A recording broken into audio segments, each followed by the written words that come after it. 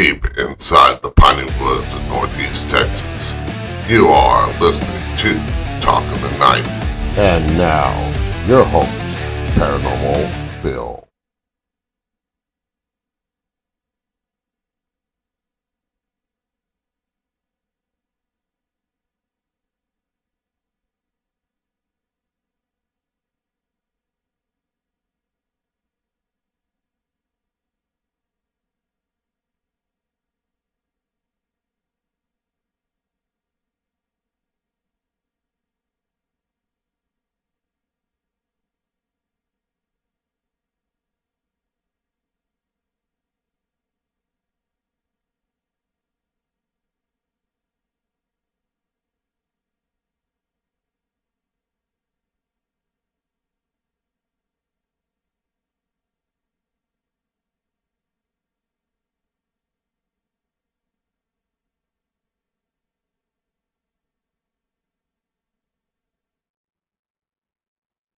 Hey, thanks for having me on tonight. It's a Pleasure great being here. pleasure. So, tell the listeners, viewers.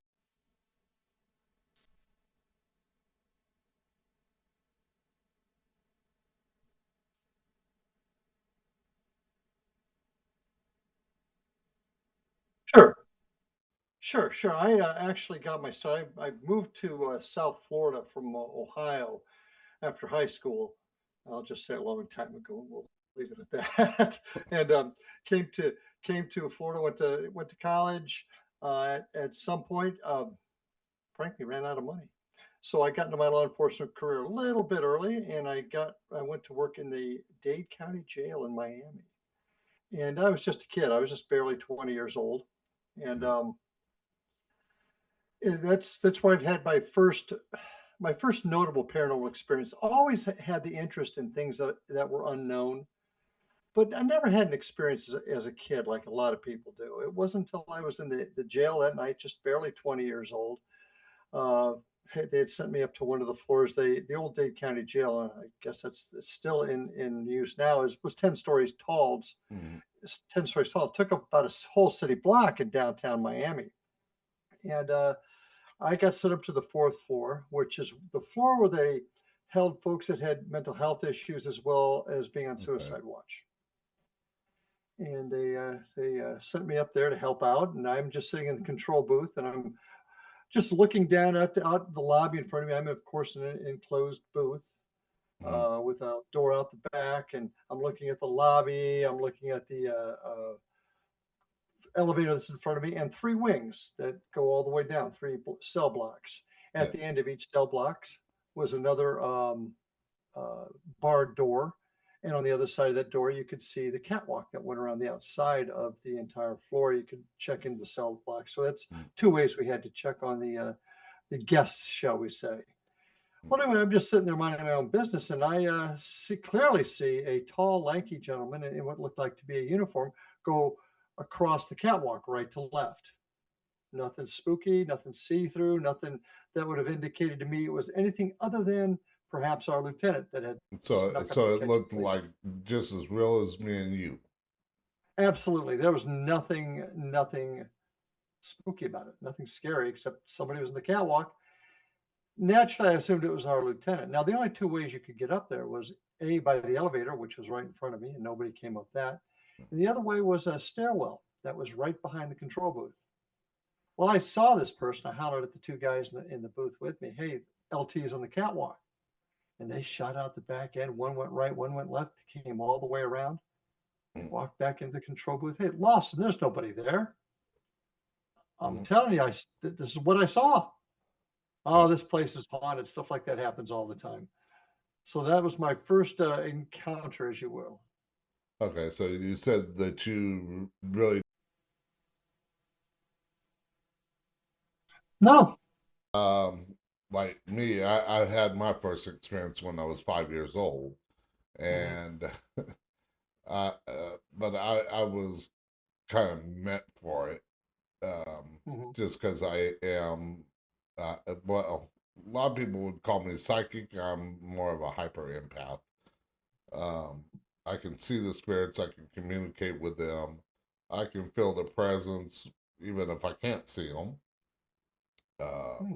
all that stuff. So I guess I was born into it, and I told people many times on my show.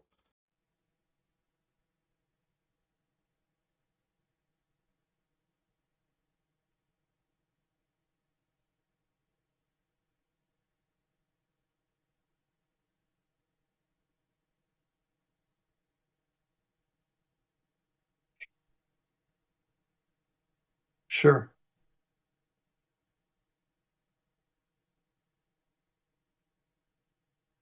Well, as we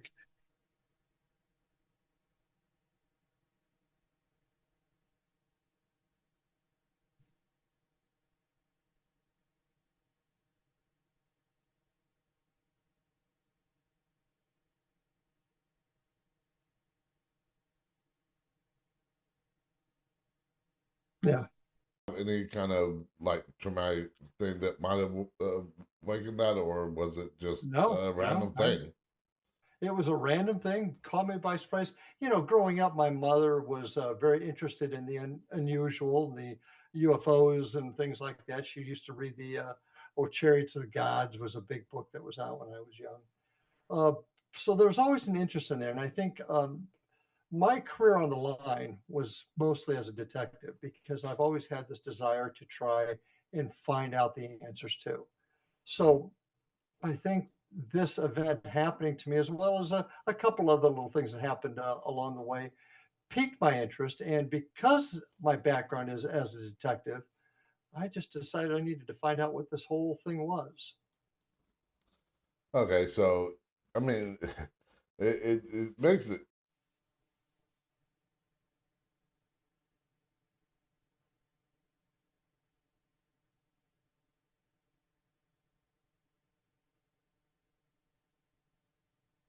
or that maybe had died in the prison, or was it just that one? Well, there was a kind of a sidebar to this one incident. The metal cell block that I actually saw the figure cross over on the catwalk. Uh, I had checked that. You had to go down each cell block through the lobby once, I think every hour, if memory serves. It's been a long time ago now. Yeah, And then you no assign worries. log, especially this cell block here, because it's where the folks that were on suicide watch were kept. And I'd gone down there and checked it, had signed the log. Um, and I went back down there not long after this incident occurred. And in front of one of the cells, neatly folded, was a bed sheet. Now, this is going to sound kind of cruel, I guess, but it was the way of the time. Mhm. In the cell block where folks were on suicide watch, they were not allowed to have bed sheets Yeah. because they could use them to harm themselves. So they would not sleep with have bed sheets on their beds. Well, here's this bed sheet sitting in front of this cell block, and I came out holding it like, "Whoa, who put this down there?" Hmm. And they looked at me and they said, "Lawson, you were the last one down there." And it's true, I was. But in front of this cell was this folded bed sheet. And came to find out that that was the last cell that somebody hung themselves with a bed sheet in. Wow. Now I'm willing to accept that somehow maybe somebody played a joke. I don't know how Yeah. they could have, but I'm willing to accept that. But what is absolutely without question happened was watching that figure go from right to left, right in front of me. There's Mm. nothing that could change. So that's what really I can't say that's what sent me on the journey that I'm on now, but it never left me. In fact, I still see that incident just like it happened yesterday. I can see it in my mind's eye Yeah. because it was that stark that that pretty awesome event actually. Yeah, and trust me, I know all about it. I've had many experiences in different aspects of the paranormal. I've had Bigfoot sightings. I've had UFO sightings that I couldn't explain. Um, so it's always drew an interest to me, I guess, since I was little. But it's always great to hear somebody else's experience at the same time. Hmm.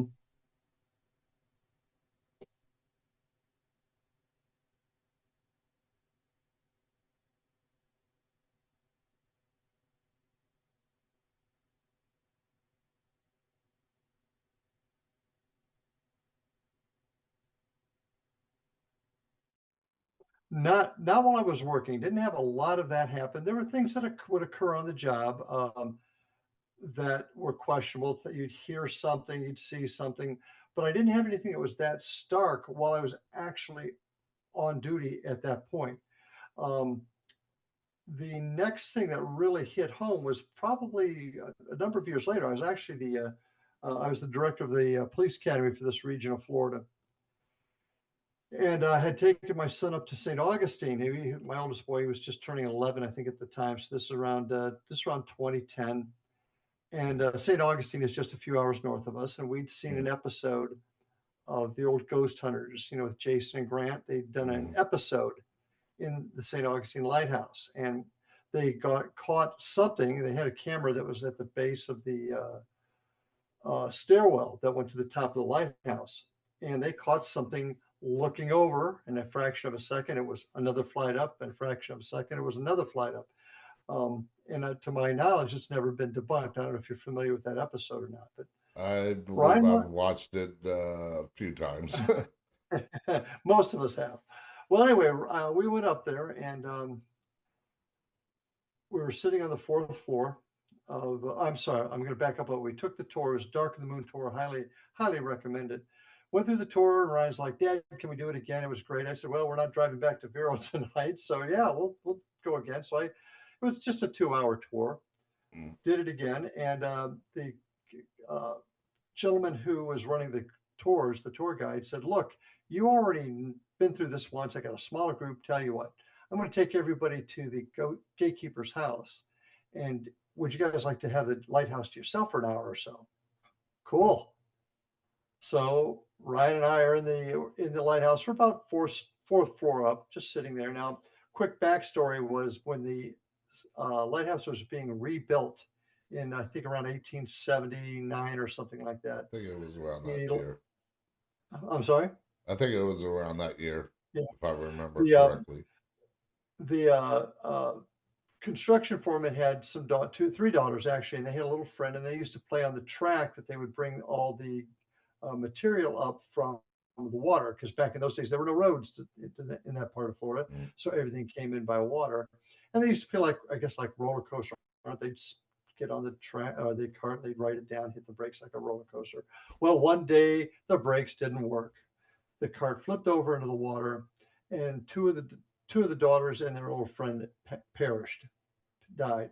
But since that time, it's been reputed that the two daughters had been haunting the lighthouse and the grounds, but mm, particularly the lighthouse. Now, keeping that story in mind, we're now in the lighthouse, and you can't hear anything outside. We're just hearing the wind blowing inside. But Ryan and I clearly hear kids laughing. There mm, was no mistaking it, and it mm. wasn't anything from the outside. So, as a cop, what do? I start looking for wires and speakers. Yeah, I figure they're doing something to enhance the experience. yeah, I know all about that. I've gone on the Queen Mary tour, Uh, and they have one that's a ghost tour where it's actual hauntings, the actual hauntings, and then they have like a Halloween version where they uh, add in the smoke and everything like that. So when you hear something, you want to double check to make sure that that's not what that is. yeah. And I found nothing in the lighthouse that could have possibly uh, created these laughing sounds. So that's what really said, I've been dabbling this. I've been doing some investigations for a couple of years before that. Had some interesting experiences. Most of it in places we were investigating, because I was, like I said, running the academy at that time, so I was kind of a desk jockey, working the road only on the weekends and whatnot. Mm, Um, but that's what got me going to actually decide to start using my background, my training, to begin to really investigate. And that was the birth of the Florida Bureau of Paranormal Investigation. And we had some cops, we got a fireman, we've had teachers, uh, just folks that are trying to find out what the answers are, yeah. not going in with preconceived notions. And we've used our skills to begin investigating. And that's what we've been doing ever since about 2010, 2011, right in that area as a team. Okay, so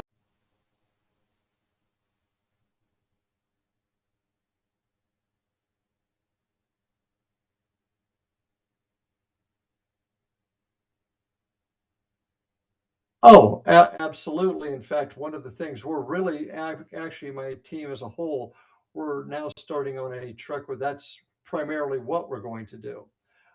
There's been some really interesting spots that we've done. One in particular is a place called the Devil's Tree. It's in a place called Port St. Lucie, Florida. It's about an hour south of me. I lived there for a number of years. And this is an old oak tree that used to sit back in the middle of the woods. Now, when I was there, this it was just in the middle of the woods. Now it's a park that sits around this tree. But what happened was this: there was a gentleman named Gerard Schaefer. Gerard Schaefer was a deputy sheriff in Martin County, Florida, which is south of us, and he was also a serial killer. Pretty dangerous combination. A man with a badge who's a serial killer. And he would take young ladies and he would kidnap them and do horrible things. He'd do a lot of his work while he was on duty. Well, this tree, this place called the Devil's Tree, it was an old oak tree sitting back near one of the large drainage canals in the area. And he would took victims back there and he did some unspeakable things.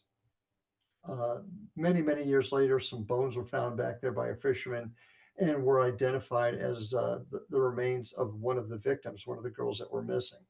So it's a pretty evil place. Folks have gone back there for years and have claimed to have experiences. I remember talking to folks way back in the early 80s about the tree and deputies that used to go back there before the city had a police department would talk about bikers and gangs back there and as well as people practicing dark rituals back there and doing some crazy things. So it was a pretty ugly spot. uh, we actually as a team went back there and did two investigations, one day, one night, and we got some pretty interesting things back there. We have a medium that we use, a gentleman named Chris Huff, brilliant medium out of England actually, and he was able to come up with some really interesting things, including saying some of the bodies were still possibly there. I probably So, wouldn't put it past it. I've been to yeah. many haunted locations myself. Mhm, I've been to some that have had satanic worship mhm, things going on. I've been to probably one of the most famous, or close to probably one of the, as far as distance wise, not close, another way, but close to that. One of the most famous murder scenes, which was the Sharon Tate murders. mhm. Uh, Oh yeah. and I became friends with the David Oman, and I'm sure you've probably seen him on many paranormal TV shows if you've seen him. Uh, but his house is 150 feet away from where the Manson murders happened, Mhm. and his house is haunted. But when I first went there, I told the team that I was working with.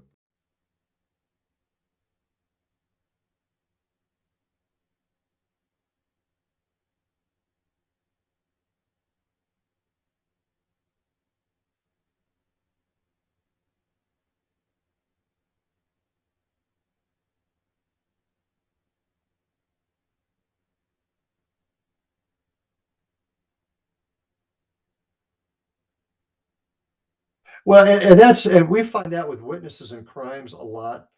Sometimes they have preconceived notions about things, but also you could have two people standing there during an armed robbery, Mm. both witnessing the event at the same time, and their stories can be slightly different because how people perceive things, how they're feeling at the time, their emotions. So that's not unusual at all for people to have preconceived notions. So I agree with you. Going in there with little knowledge about specific hauntings, I think is very important. In fact, with Chris, if I can interrupt you for a second, Sure. um, Chris, we don't tell him anything about where he's at, where he's with us, and he oftentimes joins us via the internet, which is pretty spectacular. Something I personally had real trouble believing and then understanding how it could happen is a better way to put it. But Chris is absolutely brilliant.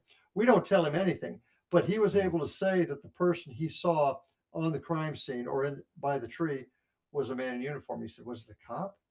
And it was. So that was some really nice validation of that particular scene. Yeah, there are people like myself that can do remote viewing. We don't have to be at the location. Mhm. And speaking of Right. remote viewing, get back to that, not wanting to know anything. While my friend was driving, I was sitting in the passenger seat,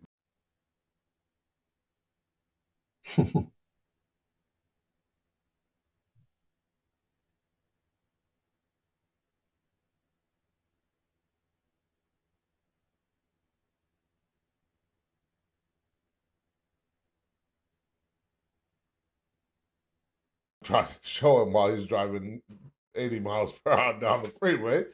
Uh, and he's like, "Wait till we get there." And of course, I explained it. We got there. I explained it. I explained it to David Oman.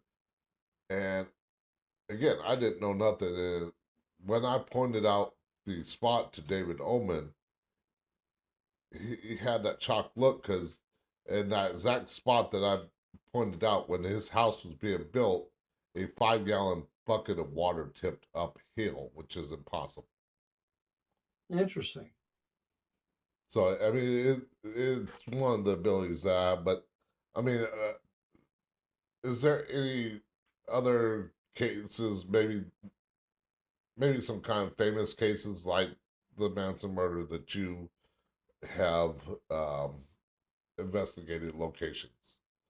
Well, that one with Gerard Schaefer was probably the most prominent in this area. Certainly, we've been to jails, we've been to prisons, and had some pretty spectacular things happen. And of course, everything connected like that. There's a lot of emotion, not Mm. only because the crime, but also people like in jail, so they're locked up, and there's horrible things that happen in there. So those are some of the more interesting ones. Now we've got one case that's not really paranormal. They caught the guy that did it. It was back in 1950, a guy we call Barbecue Charlie. And his, uh, the place where he committed this murder, he got in a fight with a guy and ended up cutting him up and cooking him up in a 55-gallon drum, hence the name Barbecue Charlie. Uh, and that area is supposed to be fairly active.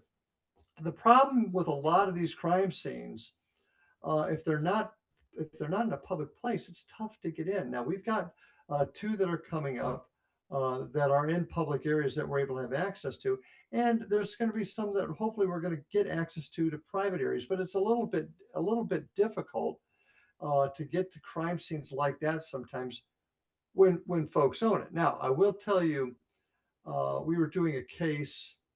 This is about 3 years ago now. We were asked to come to this small house built in the 1920s. And you got to understand, for 1920s for Florida is old, especially this neck of the woods, Hmm. because we're a fairly new state. This house was built in the 20s, and it's in the town of Sebastian. And the house had been turned into a retail shop, and it was a mystical shop. These folks sold uh, crystals and things like that. Hmm. We had heard about it because my daughter, who's also a cop, had been working that area and had responded to a burglar alarm call rather. Hmm. Went there, spoke with the key holders, the owners, and they found something in the middle of the floor that shouldn't have been there. Came off the walls. How did it get there? We don't know. The other shop owner had gone in to check the video feeds, and she was looking at it live and saw a shadow shoot by my daughter. And she came out and said, "Oh, this just happened." And they both the shop owners said, "Well, look, that stuff like this is happening all the time." So she said, "You need to call my dad." So they called us. We came in. We began to investigate. Very very quiet up front. Chris was joining us that night via the The video.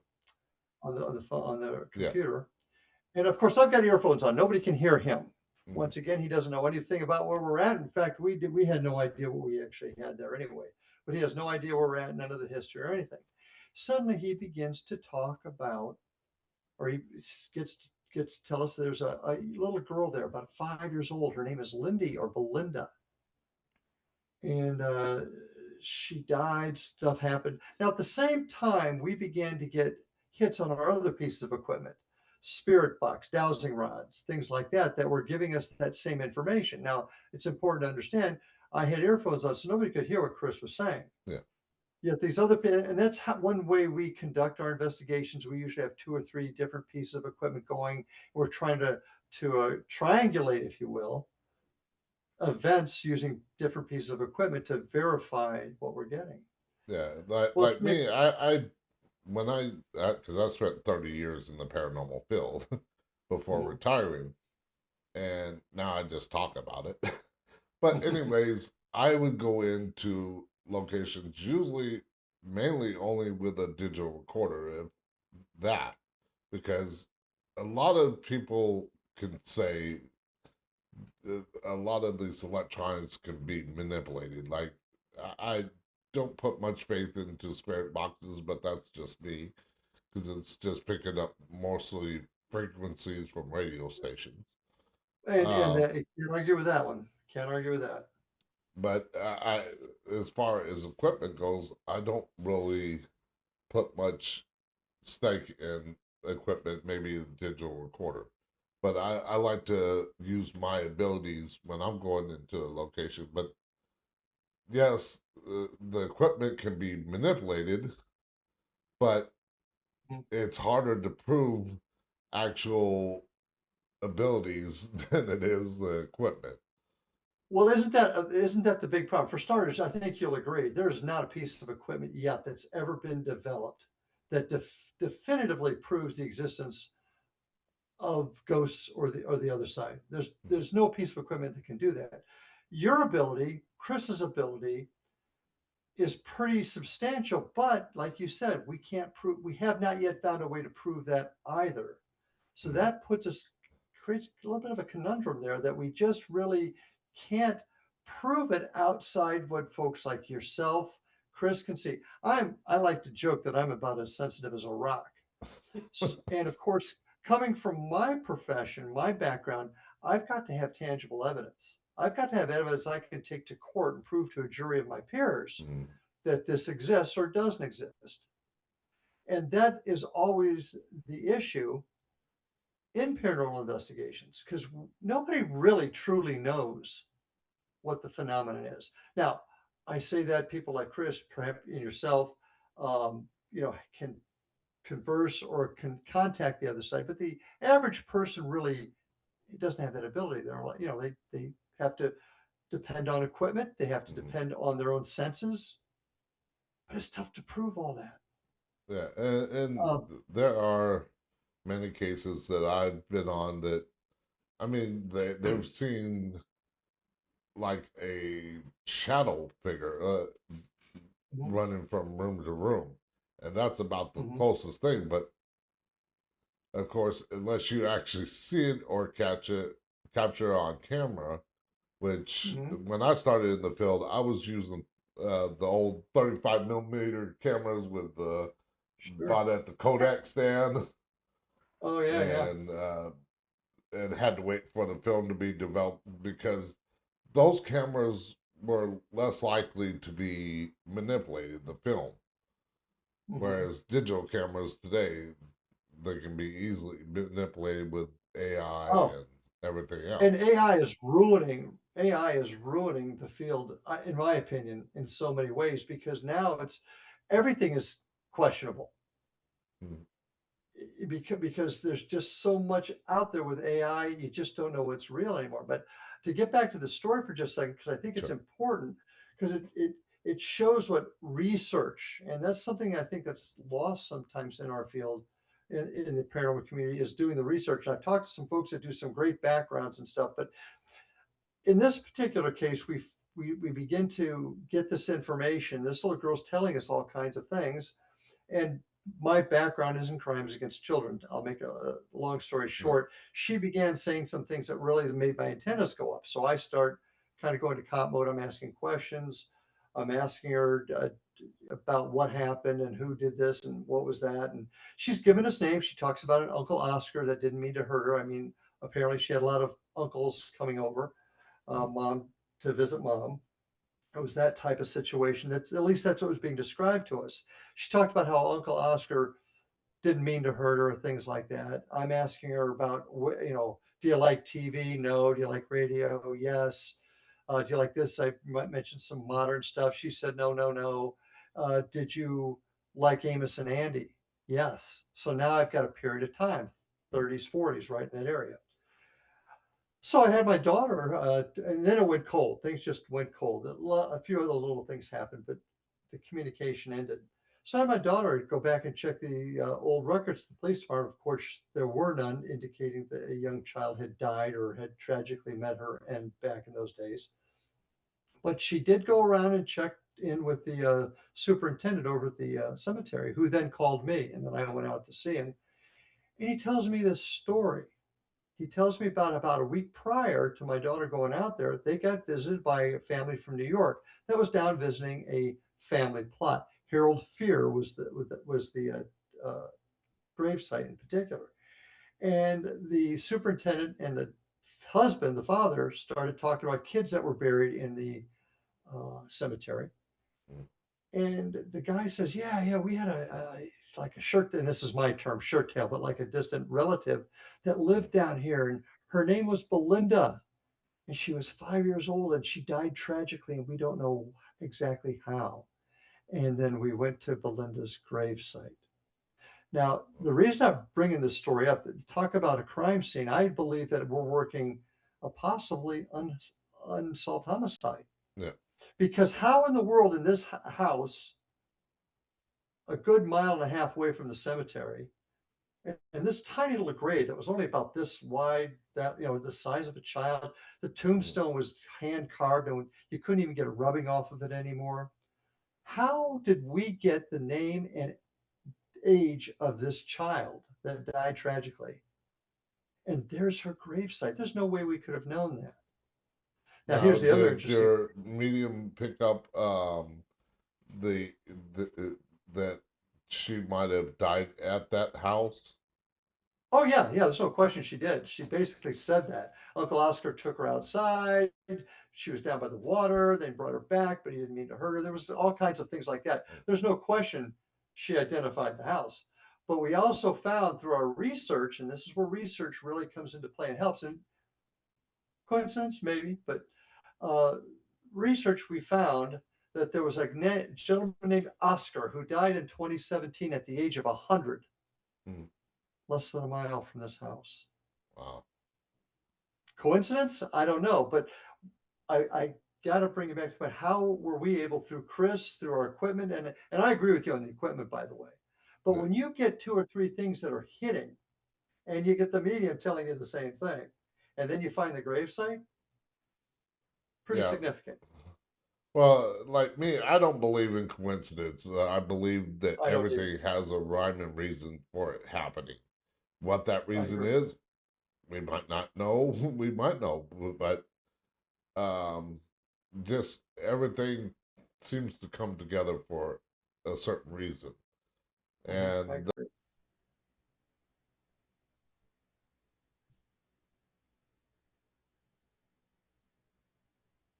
Well, and we're working on, unfortunately, the superintendent didn't get the names of the people in New York, so we're still trying to put all that together. So, and it's taking a long time because there's not much to work with on this other than the names and the dates and something happening to this child.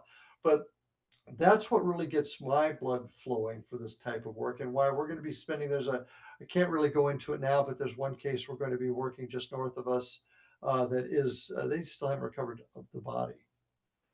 But we believe that there's been some attempt by something on the other side to reach back out based upon some testimony that's come to us. So we're gonna be spending a lot of time working on that case and similar cases um, where crimes have not been solved. Whether, and it could be a violent crime, may not even be a homicide, it could be just an accidental death, a suicide. But that's really what we're going to be focusing on is these crime scenes, not to not to supersede what law enforcement has done.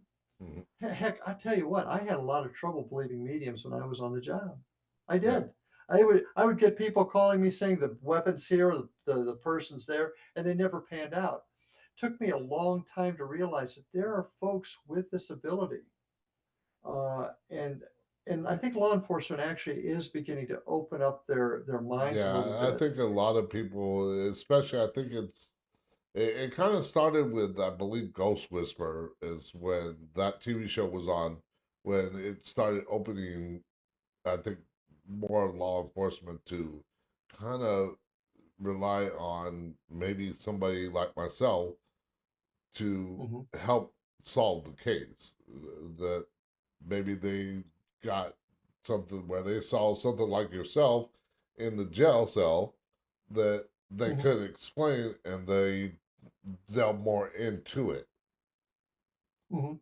Well, I think actually it started a little bit before that. A lot of folks in our community take shots at or have negative comments about the TV shows. And there's no question, I don't like cop shows. You know why? Because I would go to a burglary and somebody would say, well, did you get a fingerprint? Run it through your thing in the car and you could find out who did it. Well, no, that's not how it works.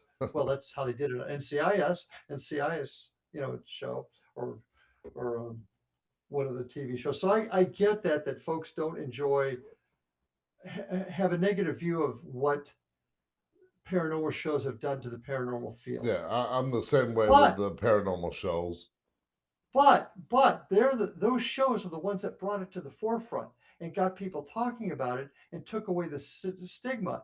Classic example is when I first came on the job, you didn't talk about this stuff, maybe to your zone partners or whatever, but you didn't talk about this stuff. The boss would send you for a fit for duty psych eval if you did. Yeah, But nowadays, it's talked about regularly, not only with cops, but firefighters and EMTs. ER docs and nurses have had experiences. I've talked to many of them that have had experiences also.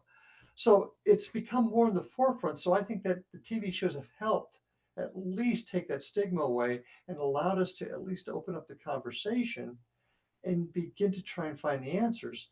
But we in the field, I'll throw this out too, we in the field have got to do more to share and to come up with a better investigatory plan to collect evidence and share the evidence. yeah, because a lot of, and I found this, this is probably another reason why I got out of the field after 30 years, is a lot of infighting. And it's Oh, like yeah. we're all trying to find the same thing. We're trying to find the proof of the afterlife. We're trying to prove the existence of spirits. Mhm, We're trying to prove all this. And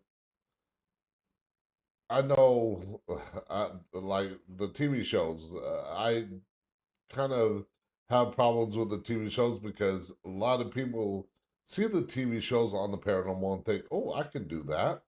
And in reality, I've had to tell people what you're seeing is only an hour's worth of time that it takes to actually do an investigation. Like me, we did pre interviews with the people that we helped or mhm, the sites we investigated.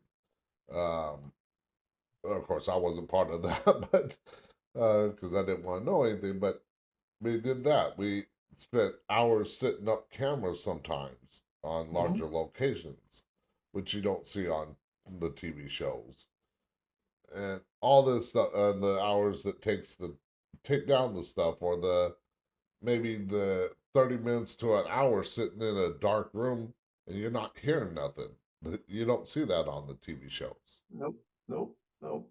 And I think that's a huge problem too. That you're right. And there's been a bunch of what I call them paranormal thrill seekers, and that's okay if you want to go out on the weekend to get that adrenaline rush from hearing that door slam in the middle of the night, or maybe catching EVP. That's fine. But if you're going to be a serious researcher, if you're really going to try and find the answers, and that's kind of where my team and I come from, we're trying to find answers. You've got to train. You've got to have standards with which you do things by. You've got to have structure. You've got to know what you're doing. How many people do you know that have picked up a piece of equipment and can actually tell you what that what's the science behind it? For Yeah. example, the ovulus. Has anybody really successfully discussed the science behind the ovulus, except that there's a bank of words that the other side can manipulate? Hmm. Well, how? How can they manipulate it? Those are the types of things that we've got to start answering for any of that to be considered really solid evidence. I mean, it's thrilling when we get it, and if we get two or three things, then that's, like I said, what we try and do is get two or three pieces of equipment to corroborate.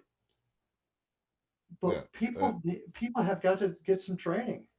Yeah. And there's also the people that like to go out there and think of they're gonna see these spirits and everything like that, and they Mhm. trespass on private property, or I've it gave paranormal teams a lot of bad names uh, Oh when boy, I've run into people would that. go into the cemeteries and destroy the headstones. We're out there trying to do research, and you're giving legitimate teams like me and your team bad names. Well, and I actually do in our Paranormal 101 class as well as the standalone, I actually do a section on ethics in the paranormal. I mean, if we want to grow, if we want to continue, we have to have an ethical standard as well as a training standard. Mm. And you can't do exactly what you can't trespass. You can't damage things. You can't lie to people. Oh my gosh, how many times have you run into teams where somebody said, I can rid the house, and they can't. They don't they I mean they maybe know how to put a match to the sage and wave it around, but they really don't have any training to do Oh that. yeah, or or, I've or make plenty of times. or making promises to clients that they can do something when they don't have the ability. Sometimes people do it with the belief that they can. They may even have all the best intentions, but when it comes down to it, they can't. So there's an ethical side to this to what we do that I don't think a lot of people really understand, and not even for a negative reason, not for any ill reason. They just don't understand. We have to put ethics into what we do. Mhm. And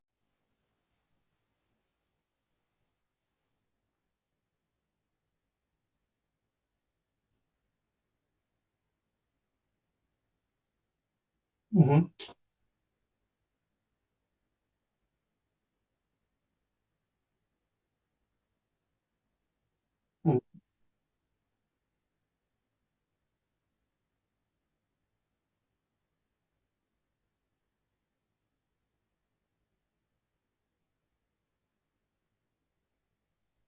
Mhm.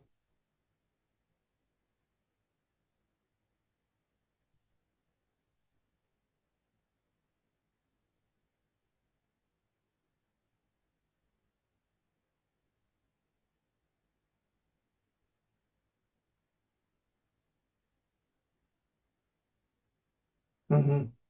And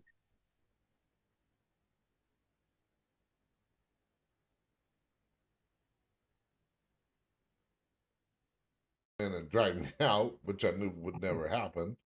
But I had done that kind of work, but not everybody can do that work. And no, some people think, oh, I can do this, and then they just make the situation even worse. do you find that it's mostly people that are their intentions are good, or do you find mostly it's folks that are charlatans trying to take advantage in your opinion? There's quite a bit that are trying to take advantage. They're trying to make an extra buck, like psychics. There are people out there that are trying to make that extra buck, and then there's people like myself that can do the readings. I've had people call me charlatan before. It's like, I didn't give you a reading. I gave your family member a reading, and they believed every word, and I backed it up with proof. But Mhm. you wanted to think that I was taking them for their money. No, I'm trying to help them out, move on from a trauma, or get answers to what seeking. But what do you think we need to do to insulate folks from those that want to take advantage?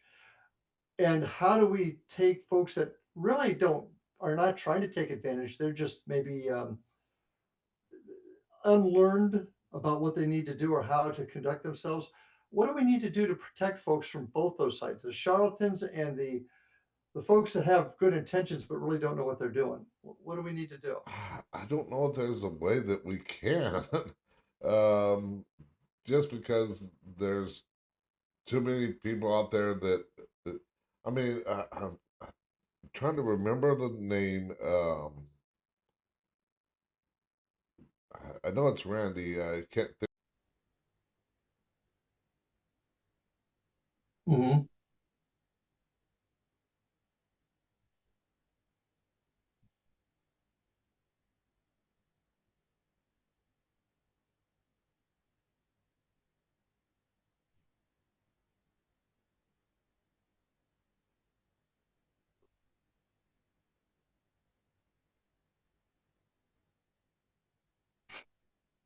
There are folks like,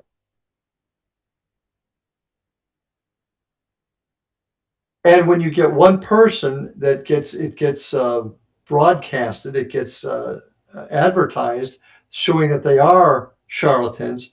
It taints everybody, and that's coming from the cop side. Trust me, most folks in my profession are good, honest, hardworking people, but one person does something wrong and it taints us all. It's the same thing in the paranormal community. And we've got to find a way to get around that. And that's why I'm a big believer in standards and training.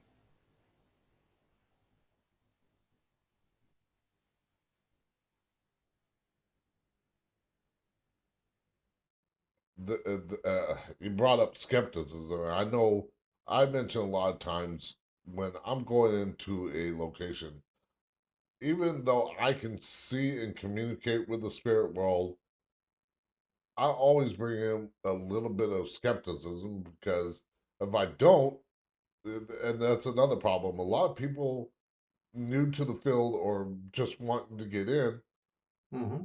believe this stuff and don't want to actually do the investigating or try to figure out what is going on. Like, say there's a noise in the wall. Well, that doesn't mean there's a spirit knocking on the wall. That means that there could be an animal in there. There could be pipes in there that are Hmm. banging around there making that noise. Hmm. So you cannot go off like here, knock on the wall, and be like, "Oh, that's a spirit," because then you're just opening yourself to ridicule. Whereas I like to kind of ask questions and kind of like say not twice if this and this, and if it does that, then I'll follow it up with another question and try to root out the possibility of animal or pipe in the wall. Hmm. Always find the logical answer first. That's got to be a standard. Yeah. Now, now everybody on your team does go into the location with like somewhat of a skepticism, correct? Well, skepticism is important. I mean, as a law enforcement officer, you can't go in with preconceived notions, so none of us do. Everybody takes a look at it in an honest, open-minded way. And there's always some skepticism. I can give you a pretty good example. We were in a house called the May Stringer House over in Brooksfield, Florida, and we took a picture, and it looked like from a ceiling hatch that was covered by glass that there were figures looking down at us. And my team got real excited really quick because it did. You could see heads and shoulders, but took the time to go back and examine the photograph closer, and it became very obvious after just a few minutes of looking at it, it was reflection. Mm-hmm. And that's I've what you ran got to into do. that plenty of times too. But that's what you got to do to be successful. And if this field's going to grow, as I hope it will, the community, I should say, we've got to have some level of standards. Yeah, because see, I started in or I got started with inspiration from people like Ed and Lorraine Warren when Hmm. the paranormal field was not as big as it is now. Hmm. And a lot of people today see the shows and think, okay, I can do it this way. But I learned the hard. Old school.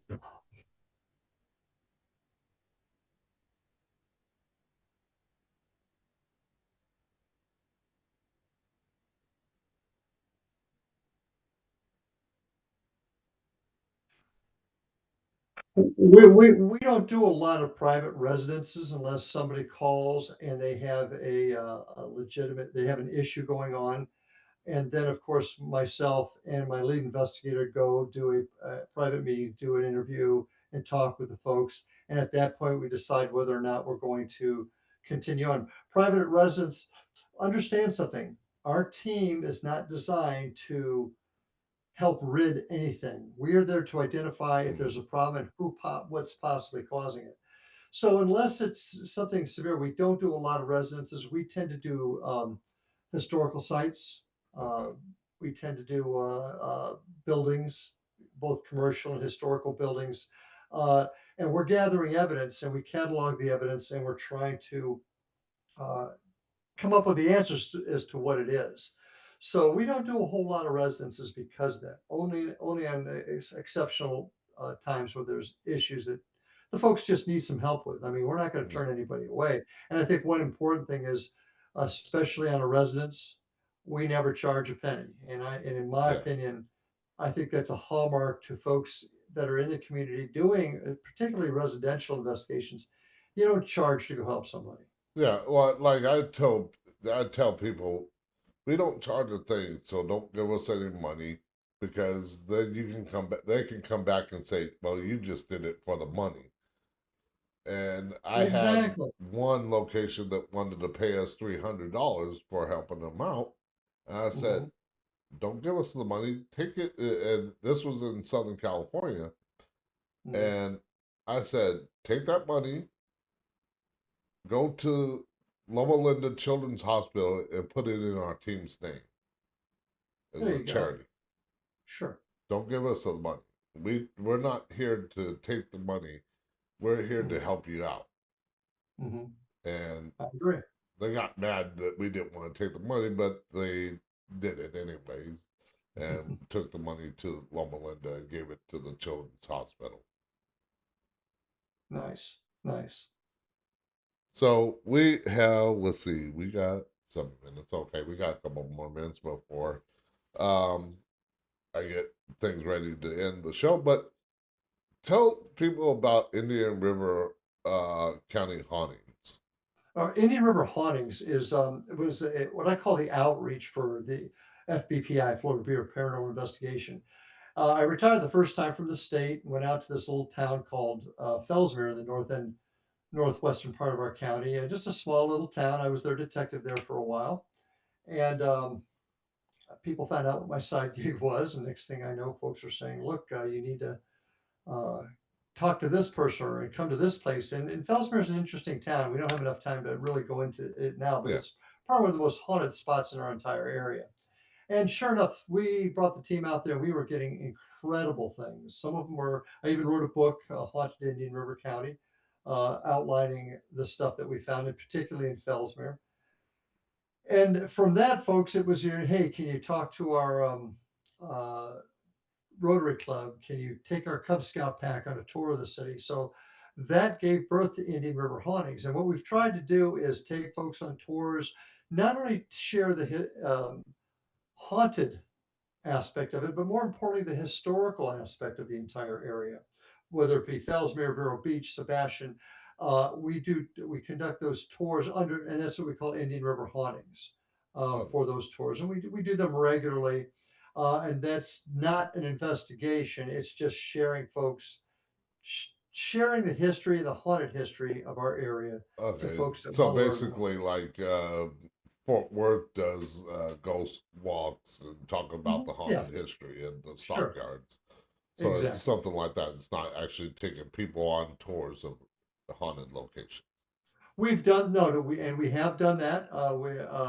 We had a thing that we did for years called Dinner to Ghost Hunt, where we would take people on an event. Are pretty much doing just the tours now. That's it. Uh, but that's separate apart from the investigatory. And now the FBPI team does help on the Indian River haunting side, but the investigative side and the tour are two separate entities, but they share the same goal of bringing truth to folks. Okay, and tell people where they can find more information about Indian River County hauntings and the Federal Sure. Bureau. Uh, sorry, Federal Florida Federal Bureau. Don't Bureau say of federal. Paranormal Florida Bureau. Investigations. Yeah, My so my brain did not want to work right there for a moment. you can go to find us at IndianRiverHauntings.com, all one word, IndianRiverHauntings.com. That'll take you to both the FBPI and the IRH websites. And our FBPI side, we have some of our past investigations, some evidence that's up there, and you can learn a little bit more about us. Check us out on Facebook, Indian River Hauntings, or Florida Bureau of Paranormal Investigation on Facebook. You can also check us out on YouTube. If you want to see some of our investigations, we're usually putting some of our investigations up there a few weeks after we do them. You can find us at the @ Indian River Hauntings 2341 at Indian River Hauntings 2341. If you want to see what we do, the site's not monetized. We do not make any money to do that. All right, all right. Well, we are almost out of time here. I want to thank you for coming on the show, My pleasure. Thank you for having me. and it was a pleasure having you on. And if anybody's listening on the Talking of the Night website, talkingofthenight.com, I have all Larry's information up there, his websites, links to him. Go check him out over on Talking of the Night and go to his website and check out that. And if you're in the area, check out his haunting tours. And again, thank you again for having and coming on the show. And if you are interested in what the show talks about, go to talkingtonight.com. Check out all the stuff that I got on there. I got list of the guests coming up, upcoming shows. I got um, stories of the day, a lot of